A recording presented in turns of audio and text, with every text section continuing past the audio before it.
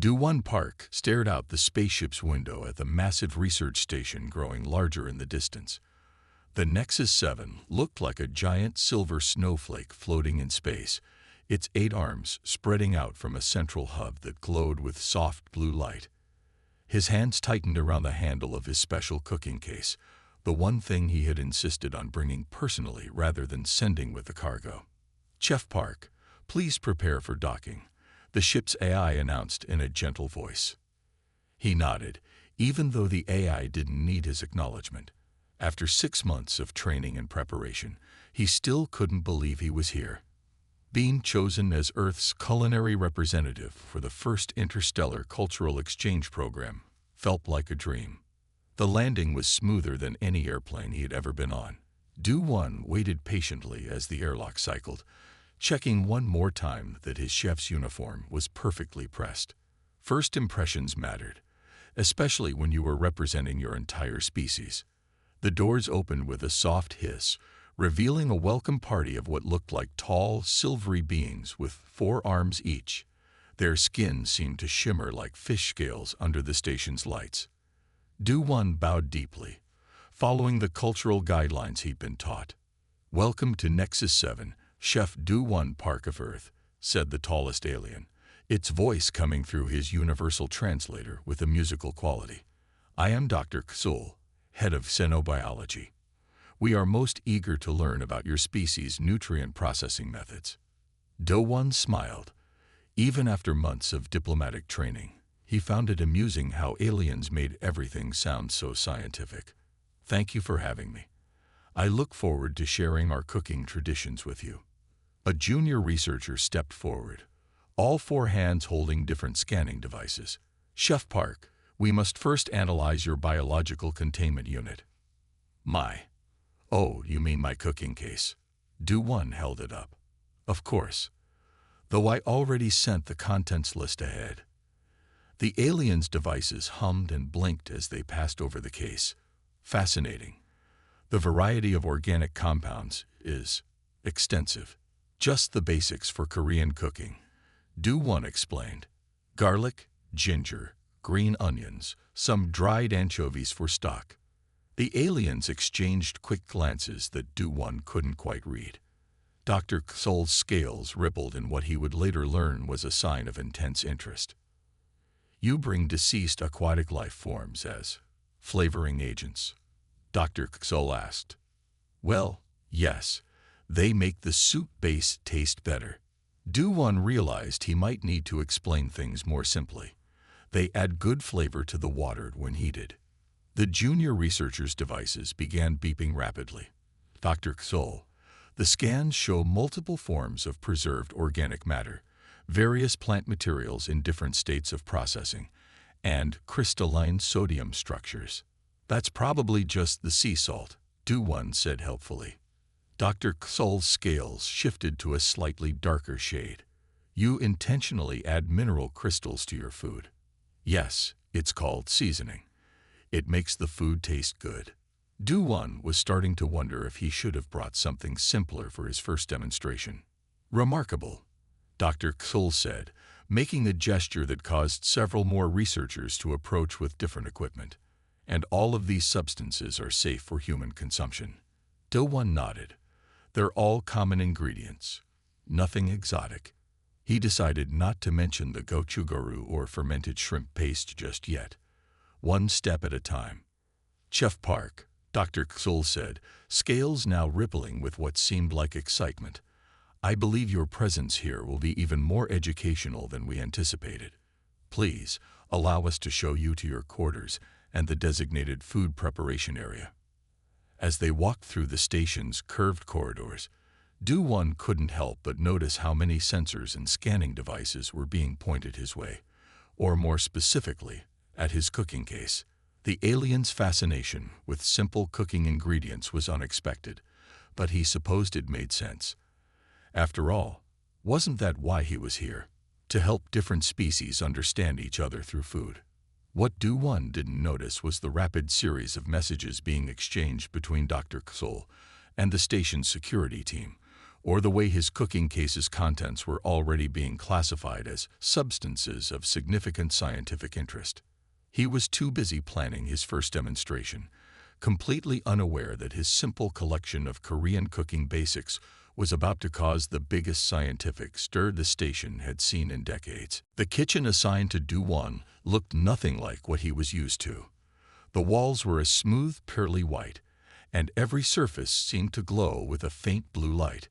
Instead of gas burners, there were flat heating panels that responded to voice commands. The counters adjusted their height automatically as he moved around them. "Is the food preparation area satisfactory?"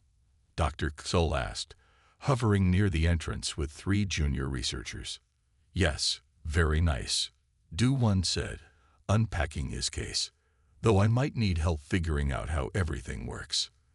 The aliens watched with great interest as he laid out his ingredients. Their scales flickered with different colors when he pulled out the sealed container of Napa cabbage he brought specially for making kimchi.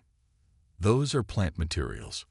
one of the junior researchers asked, pointing at the cabbage with 2 of their hands while the other 2 held scanning devices. "Yes, cabbage. We ferment it with spices to make kimchi."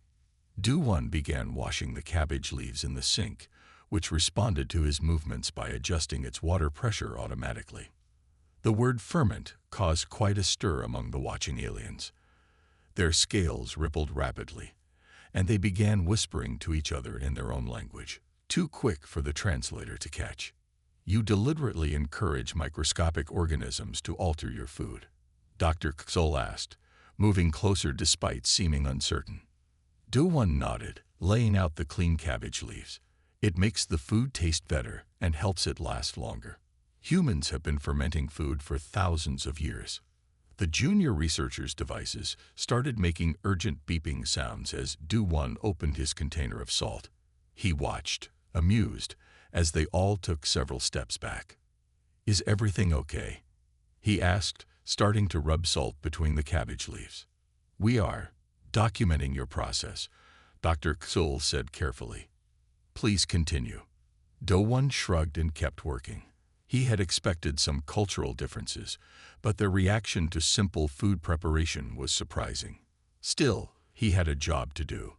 He began mixing his spice paste, adding garlic, ginger, and green onions to a bowl. The alien's reaction to him crushing garlic cloves was almost comical. One of the junior researchers dropped their scanning device. "The chemical compounds being released," they exclaimed. "They're highly volatile." "That's just garlic," Do-won explained patiently. "It adds flavor and is very good for you. Would you like to smell it?" All 4 aliens moved back quickly, their scales turning a pale silver color. "Perhaps at a safer distance," Dr. Ksol said diplomatically. "Please proceed with your process." Do-won continued preparing his kimchi, explaining each step as he went. He noticed more aliens gathering at the kitchen's entrance, all holding various scientific instruments. Their scales changed colors rapidly as he mixed the red pepper flakes into the paste. "And now," he said, "we mix everything together and let it ferment." "Let it proceed with biological processes?" one of the new observers asked, sounding alarmed. "Yes, exactly." Do-won smiled, pleased they were understanding. "The bacteria make it tangy and delicious." The word bacteria caused such a commotion that 3 more groups of researchers arrived within minutes.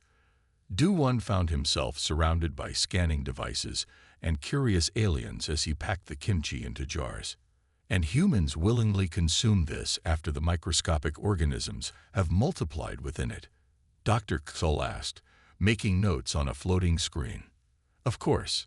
Some people even prefer it really old and fizzy," Do-won said cheerfully, sealing the last jar. "Now we just wait a few days." He didn't understand why this statement caused several of the junior researchers to quickly leave the room.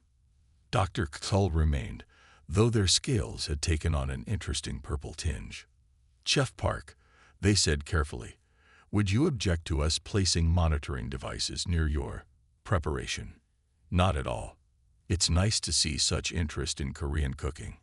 As Do-won cleaned up his workspace, He missed seeing Dr. Xol send an urgent message to the station's security chief. Priority alert.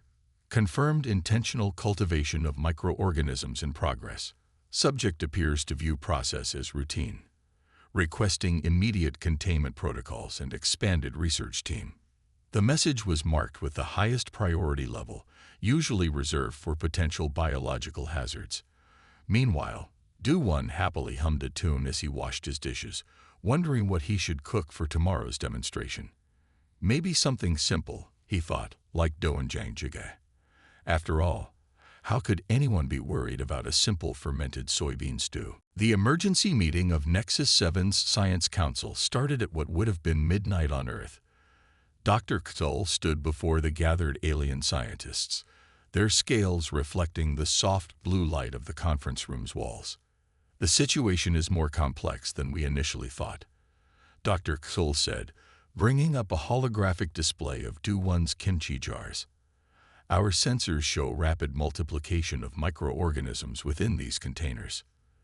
The head of station security, Commander Vix, leaned forward on all four arms. Are you saying the human is breeding dangerous life forms? Not exactly. Dr. Xol changed the display to show microscopic views of the fermenting cabbage. He appears to be doing this for pleasure. A shocked murmur went through the room. One of the junior researchers who had witnessed the kimchi making spoke up, their scales turning a worried shade of green. The human called it delicious when the bacteria levels rose, they reported, and mentioned something about it getting fizzy with age. Meanwhile, completely unaware of the late-night meeting, Do-Won was sleeping peacefully in his quarters. His dreams of cooking for his family back on Earth were interrupted by a soft beeping from his room's communication panel. Chef Park, the station's AI announced, your presence is requested in the food preparation area. There appears to be unusual activity in your specimens. Do-Won rubbed his eyes and checked the time. They're just fermenting normally, he mumbled, but got up anyway. Maybe aliens had different ideas about food safety. When he reached the kitchen, he found it surrounded by what looked like a transparent force field.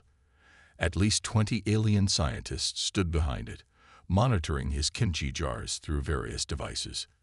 Is everything okay? Do-Won asked, yawning. Dr. Xol approached the force field. Chef Park, our sensors detect aggressive microbial activity in your containers. The bacterial count has increased by 738% in the past 6 hours. Oh good, Do-Won smiled sleepily. That means it's working properly.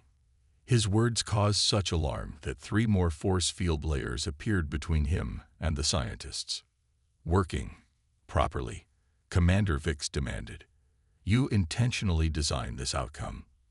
Well, yes, Do-Won said, now fully awake and confused by their reaction. That's how fermentation works.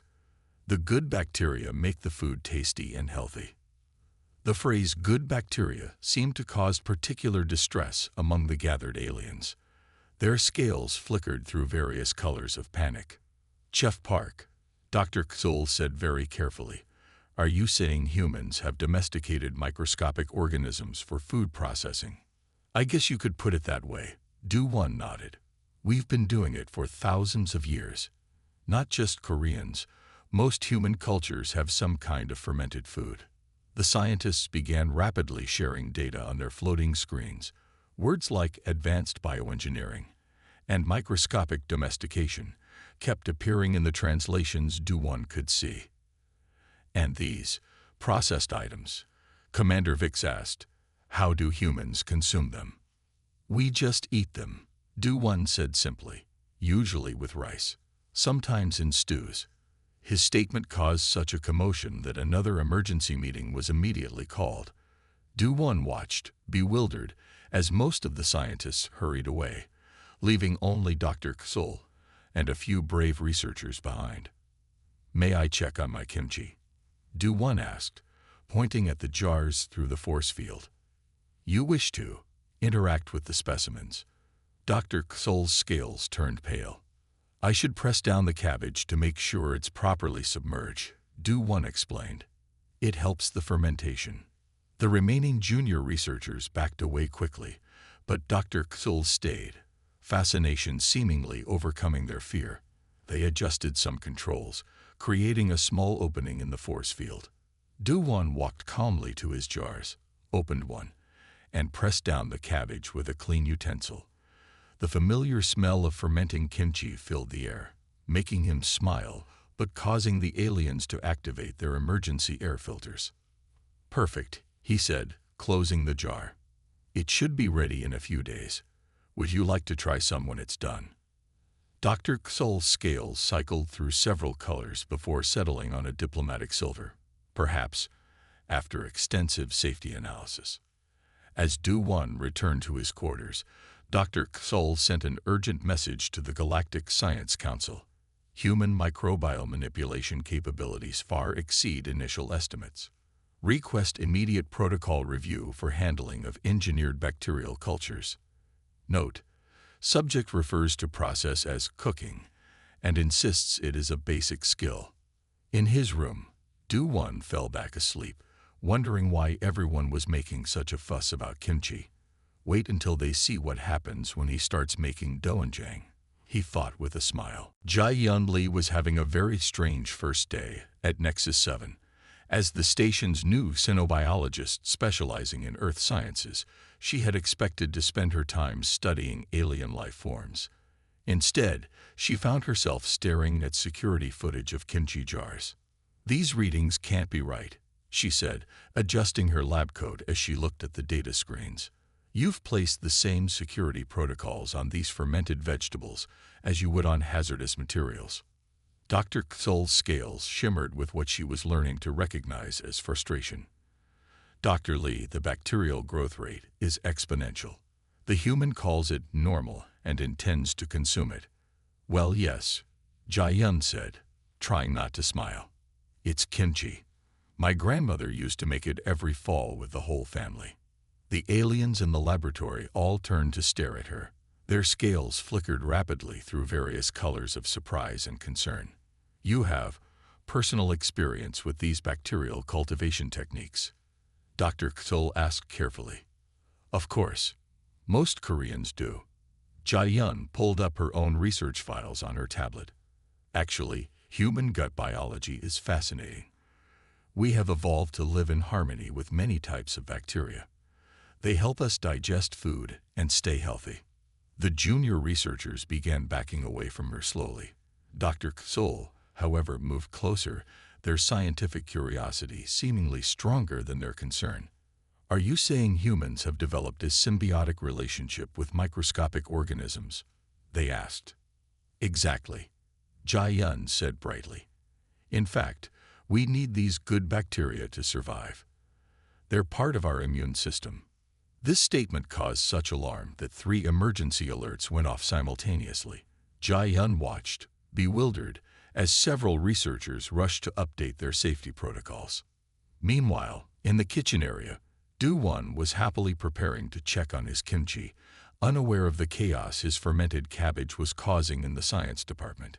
He noticed there were now twice as many scanning devices pointed at his jars, and the force field had been upgraded to military grade. "Good morning," he called out cheerfully to the security team monitoring his kitchen. "Would anyone like to learn how to make doenjang jjigae today?" The universal translator seemed to struggle with the word doenjang jjigae, producing a series of worried beeps. One of the security officers quickly sent a message to Dr. Xul. Back in the lab, Jia was trying to explain human digestion to an increasingly worried audience when the message arrived. She watched Dr. Xul's scales turn almost white as they rated. "The human intends to begin another bacterial cultivation process," Dr. Xul announced. "Something called soybean fermentation soup." "Oh, doenjang jjigae," Jia said happily. "That's delicious. My mother makes the best." She stopped talking when she noticed all the aliens staring at her again. "Dr. Li," Dr. Xul said very seriously, "are you saying your entire family practices these biological engineering techniques?" "It's just cooking," Jia tried to explain.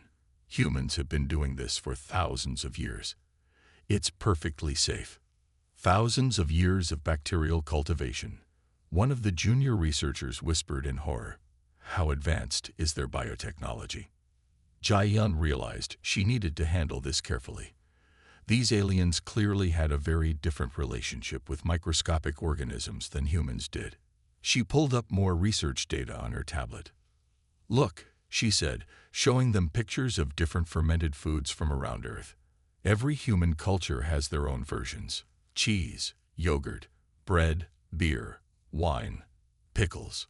She didn't get to finish because the laboratory's emergency containment protocols activated automatically at the mention of so many fermented foods in one sentence.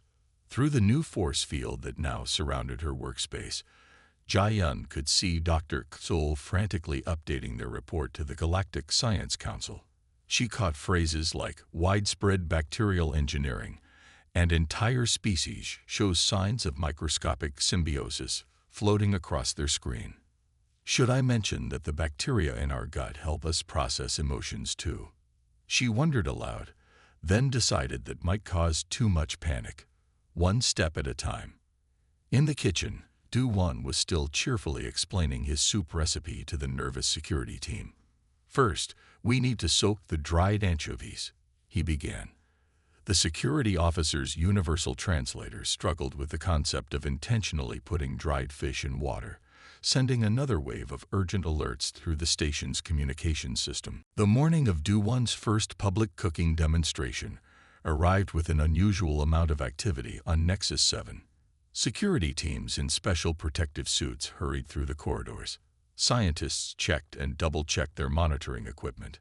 And somewhere in the middle of it all, Jia-yun was running as fast as she could toward the kitchen area. Wait, she called out, seeing the security team about to lock down the cooking demonstration room. You don't understand. It's just Goshugaru. But the universal translator's attempt to explain Goshugaru only made things worse. Its closest translation came out as dried and crushed plant matter designed to cause oral irritation. Do-won stood in his kitchen, completely calm despite being surrounded by 3 layers of force fields. He had laid out all his ingredients neatly. Dried anchovies for stock, tofu, potatoes, onions, and his precious container of gochugaru, Korean red pepper flakes.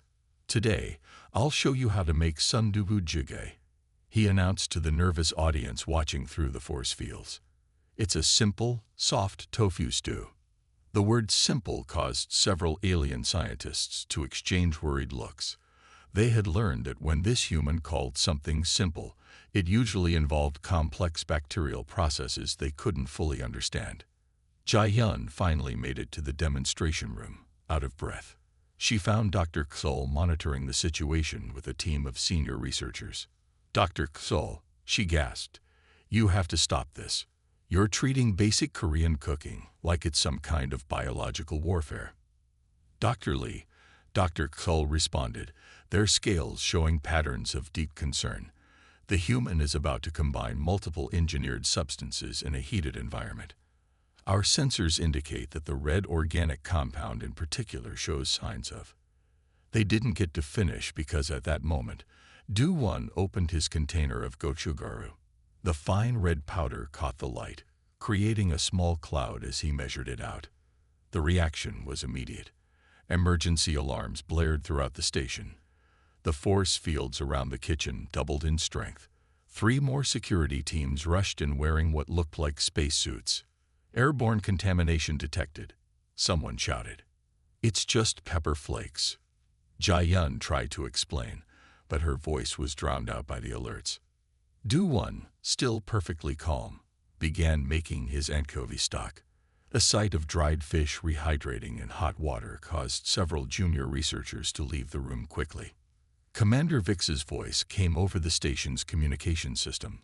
All non-essential personnel must evacuate the cultural exchange wing immediately. This is not a drill.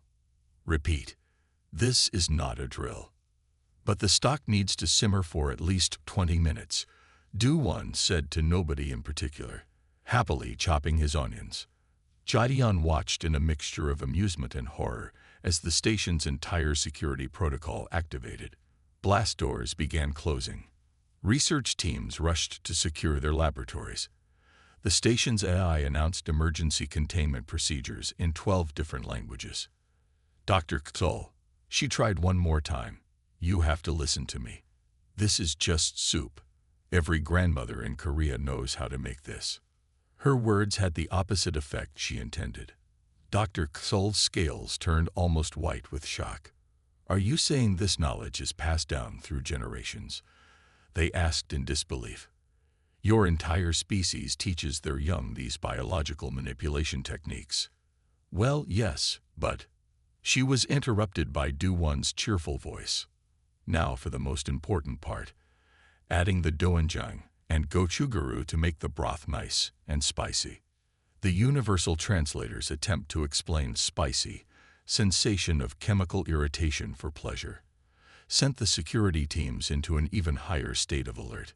As Jae-yun watched Do-won happily stirring his bright red stew, completely oblivious to the panic around him, she realized she had to do something. The situation was getting out of hand. But how could she explain centuries of human culinary tradition to a species that saw every fermented food as a potential biological weapon? The answer came to her just as Do-won started adding the tofu to his bubbling stew. She pulled out her tablet and began rapidly typing a message to the Galactic Science Council. If she couldn't explain Korean cooking as a cultural practice, maybe she could explain it as one of humanity's most sophisticated achievements in bacterial engineering and controlled chemical reactions.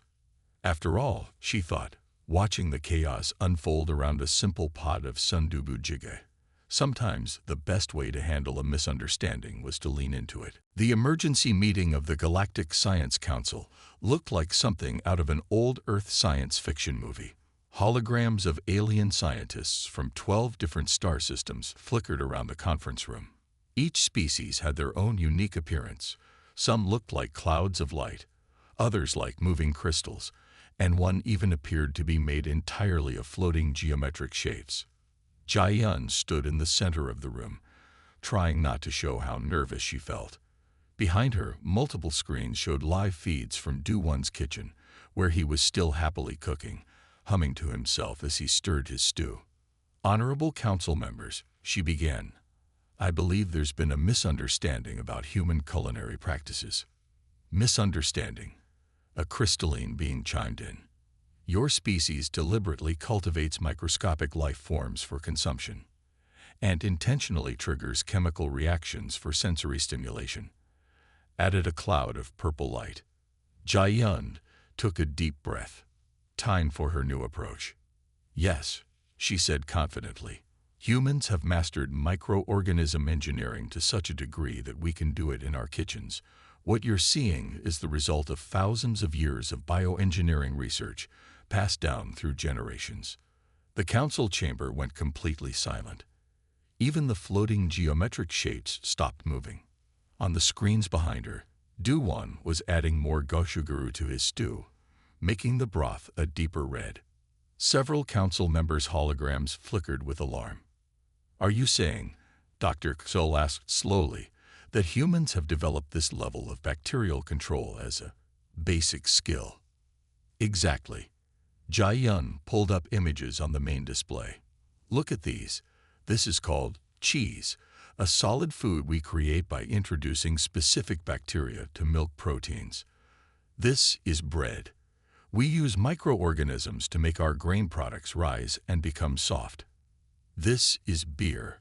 We engineer yeast to transform plant materials into a ceremonial drink. The council erupted in excited discussion. Words like advanced civilization and unprecedented biological control flew around the room. Meanwhile, in the kitchen, Do-won was explaining his recipe to the security team through the force field. The secret is to let the anchovy stock reduce just enough before adding the tofu. Would anyone like to taste it? The security officers backed away quickly, their scales turning pale at the thought of willingly consuming the bright red stew. Back in the council chamber, Jae-yun was showing more examples. And here's what we call yogurt. We use bacteria to transform milk into... Enough, the head counselor, a being made of shifting silver light, interrupted. Dr. Lee, are you suggesting that every human household is capable of this level of biological manipulation? Well, not everyone is a good cook, Jae-yun admitted. But most humans know the basic principles. We learn it from our parents, who learned it from their parents. The council chamber erupted again. The idea that humans pass down advanced bacterial engineering techniques as family traditions seemed to both terrify and fascinate them. Just then, a new alert flashed across the screens. Do-won had finished his sunduhu jjigae and was preparing to demonstrate how to eat it. Watch, Jae-yun said quickly, seeing an opportunity. He's about to show you how humans safely consume these engineered products. The entire council watched in amazement as Do-won carefully blew on a spoonful of the steaming red soup before eating it with obvious enjoyment. He even added more gochugaru to make it spicier, causing several council members' holograms to flicker in shock. Remarkable, the head counselor said finally. The human shows no signs of distress despite consuming active bacterial cultures and chemical irritants. Actually, Jae-yun said with a small smile, he seems to be enjoying it quite a lot. As if to prove her point, Do-won took another big spoonful of soup, smiling happily. It's perfect, he announced to the nervous security team. Just like my mother used to make. Are you sure nobody wants to try some? The council chamber burst into another round of excited discussion. Jae-yun heard phrases like natural immunity to bacterial products and advanced digestive capabilities being thrown around. She caught Dr. Ksul's eye and saw their scales showing a pattern she hadn't seen before, something between respect and amazement. Maybe, she thought, this wasn't such a disaster after all. Sometimes the best way to bridge a cultural gap was to let each side see the other's perspective, even if that meant letting aliens believe that every Korean grandmother was actually a master of advanced biological engineering. Dr. Ksul sat in their private laboratory late into the station's night cycle, surrounded by floating screens showing data from the past week. Their scales flickered with changing patterns as they studied the information. Pictures of Do-won's kimchi, readings from the sunduhu jjigae incident, and detailed scans of human digestive systems. Something wasn't adding up, and they knew they were close to understanding what it was. The door chimed softly, and Jae-yun entered carrying 2 cups. I brought you some tea, she said, placing 1 cup near the alien scientist. Don't worry, it's just hot water with dried leaves. No fermentation involved. Dr. Ksul's scales rippled with what might have been amusement. Dr. Lee, I believe I'm beginning to understand something remarkable about humans. Oh. Jae-yun sipped her tea, curious. Look at these readings, Dr. Ksul said, moving some screens closer. At first, we thought humans were masters of bacterial engineering. But that's not quite right, is it? Jae-yun leaned forward, looking at the complex data displays. On one screen, she could see microscopic views of her own gut bacteria, taken during her station medical exam. You've evolved alongside these microorganisms, Dr. Ksul continued, their scales showing patterns of excitement. You didn't master them. You made friends with them. That's actually a very good way to put it, Jae-yun said, surprised by the simple but accurate description. Just then, Do-won's voice came through the station's communication system. He was in his kitchen again, despite the late hour. Excuse me, but does anyone want to try my kimchi? It's perfectly fermented now. Dr. Ksul's scales flashed with sudden understanding. Of course, that's why you can eat things that would kill most other species. You're not just tolerating these bacteria, you need them. They quickly pulled up more data screens, their 4 hands moving rapidly over the controls. Look at this. Your digestive systems are actually incomplete without bacterial help. You're not just one species, you're a walking ecosystem. I never thought about it that way, Jae-yun said, watching as Dr. Ksul excitedly compiled their findings. New screens popped up showing different human foods: cheese, yogurt, bread, pickles, and of course, kimchi. Dr. Xoll pointed at them with all four hands. You didn't develop these foods just for taste, they said, scales now glowing with academic excitement. You developed them to help your bacterial partners thrive. Every time Chef Park makes kimchi, he's actually creating a perfect environment for beneficial bacteria. Jai-yun smiled, remembering her grandmother's kimchi lessons. We just call it cooking. But it's so much more. Dr. Xoll was now pulling up evolutionary charts. Your species learned to work with microscopic life instead of fighting it. While other species tried to eliminate bacteria, humans figured out how to live with them, feed them, and even make them help with digestion. Through the laboratory window, they could see Do-1 in his kitchen, happily arranging small bowls of kimchi for tasting. The force fields were still up, but now they seemed less like containment barriers and more like protective shields for a precious scientific discovery. I need to update my report to the Science Council immediately, Dr. Xoll said, their scales showing a new pattern that Jai-yun hadn't seen before, something like respect mixed with wonder. They began dictating. Humans have achieved something unprecedented in galactic history, a true symbiotic relationship with microscopic life forms, so complete that their very cooking methods are designed to support this partnership. What we initially saw as potential biological weapons are actually sophisticated tools for maintaining this remarkable balance. Jai-yun watched as Dr. Xoll continued working, turning their fear of human cooking into scientific appreciation. In the kitchen, Do-1 had somehow convinced one brave security officer to try a tiny bite of kimchi. The alien scales turned bright blue with surprise. Apparently, they liked it. Dr. Lee, Dr. Xoll said suddenly, would it be possible? Could I perhaps try some of the kimchi too? Jai-yun smiled. I think that can be arranged. Just remember, when Chef Park says it's spicy, he really means it. Dr. Xoll's scales rippled with determination. In the name of science, they said solemnly, I am willing to take that risk. As they walked together toward the kitchen, Jai-yun couldn't help but think how funny it was. All it took to bridge the gap between species was a bowl of fermented cabbage and a scientist willing to understand it. The cultural exchange wing of Nexus 7 looked very different 1 week after Dr. Xoll's breakthrough. The military-grade force fields were gone, replaced by simple safety barriers. Instead of nervous security teams, curious alien scientists filled the room, each wearing special protective gear designed for sampling human food.